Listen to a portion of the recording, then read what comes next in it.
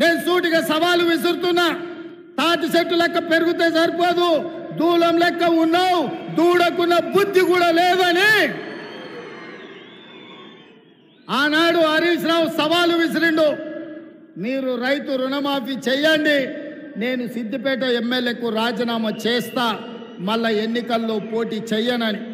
ఇవాళ ఈ వైరాగడ్డ మీద నుంచి ఖమ్మం ప్రజల సమక్షంలో హరీష్ రావు, నీకు సీము నెత్తురుంటే, సిగ్గు లజ్జ ఉంటే రాజీనామా చెయ్యి.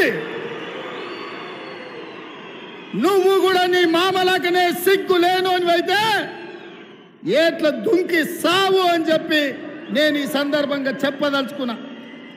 ఆయననే నేనన్నా, హరీష్ రావు సిద్ధంగా ఉండు, సిద్దిపేటకు పట్టిన శని పీడ చీడ విరుగడవుతుంది. 15 ఆగస్టు లోపల 2 లక్షల వరకు రుణమాఫీ చేసి తీరుతామని మాట ఇచ్చిన.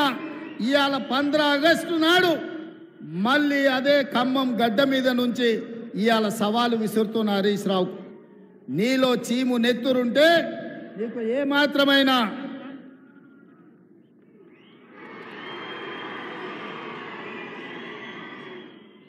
ఏమాత్రమైన సిగ్గు శరం ఉంటే రాజీనామా చెయ్యి.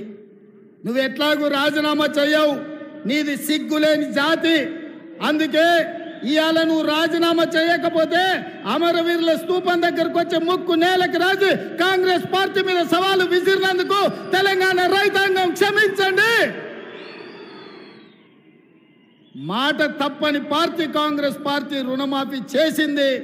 నేను విసిరిన సవాళ్లు వెనక్కి తీసుకుంటున్నానని తెలంగాణ రైతాంగానికి క్షమాపణ చెప్పు. ఇవాళ నేను ఒక్క మాట అడగదలుచుకున్నా.